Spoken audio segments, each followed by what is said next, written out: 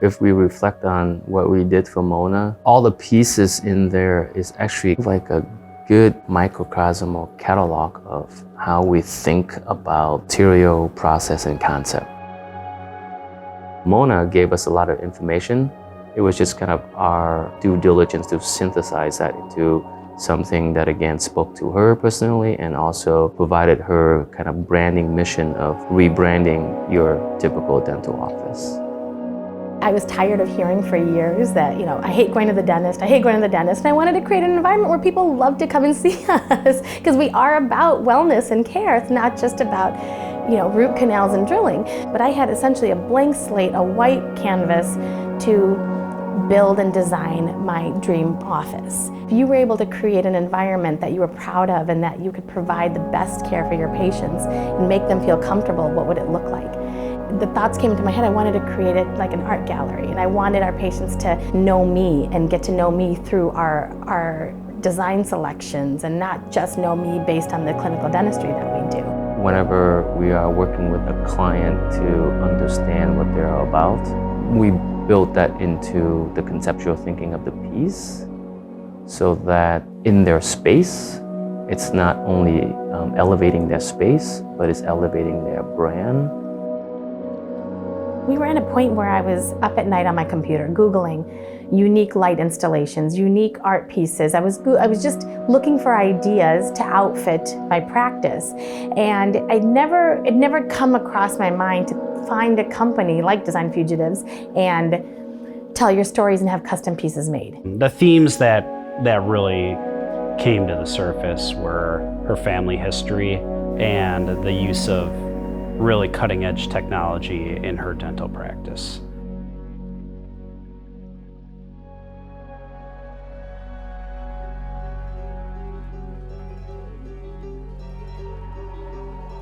One of the crown iconic pieces of the building is the topi cloud. Our grandfathers would wear these white hats and they're called topis. While my husband and I didn't really know our grandparents very well because they lived in India and we grew up here, the images that we have of our childhood of them was our grandfathers wearing those white hats. So Topi Cloud was all about honoring ancestry, but honoring it not in just like a family portrait way, abstracting it and using crazy technology to actually do it.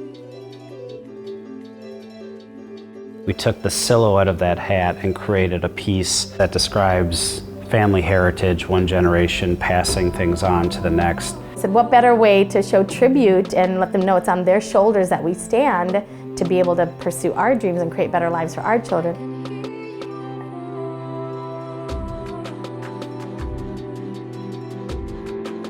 I wanted a statement piece in the clinical operatory, but I wanted something that wouldn't take over from the true star of that room, which is the treatment center, which is where the hub of my digital equipment is, where I do all my clinical procedures, and it's very technology driven and integrated.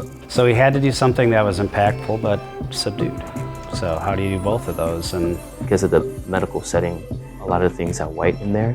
So we were looking to add like a punch of color to each of the room. instead of having the material do everything, the light that comes in through her west-facing windows where most of her operating rooms are just gets bent by the formed acrylic and starts casting just these beautiful shadows.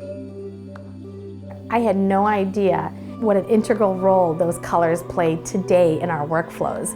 So we have room numbers, but we reference them now as the red room, the orange room, the blue room, the green room, and we have color coordinated our instruments and our materials bins that get stocked in those rooms based essentially on those room colors.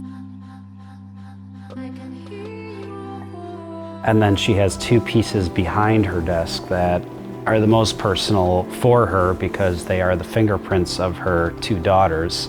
When we were talking about what artwork to put up in this office, I was joking around saying, well, I have two girls. They're gonna fingerprint up everything in this place anyway, so we don't need to do anything fancy.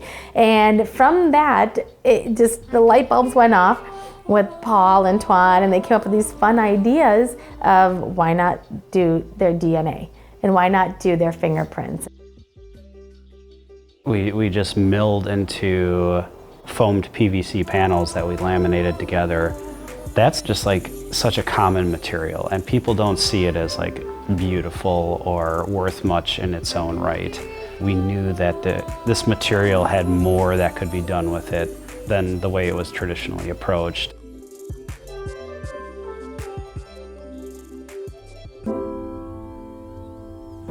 At least once or twice a week for the past 3 years, I'm reminded by my patients how thankful they are. They tell me how thankful they are, how much better they feel, or how much easier it is to come into here based on the design aesthetic that we picked for the office. So I didn't have that foresight coming into this project. I just wanted beautiful things on my walls to tell our stories. And the best side effect that's come out of it, 3 years later, a few times a week, I'm hearing from patients that because of this environment that we created, they made it through that procedure a lot better. I mean, I think this word is overused, and kind of is a cliche now, but bespoke. But I think we really are bespoke because everything we make is for that person, for that client, and is as much as possible something that came from their own story, their own brand, their own needs. And then they brought us in to give it a material, artful reality.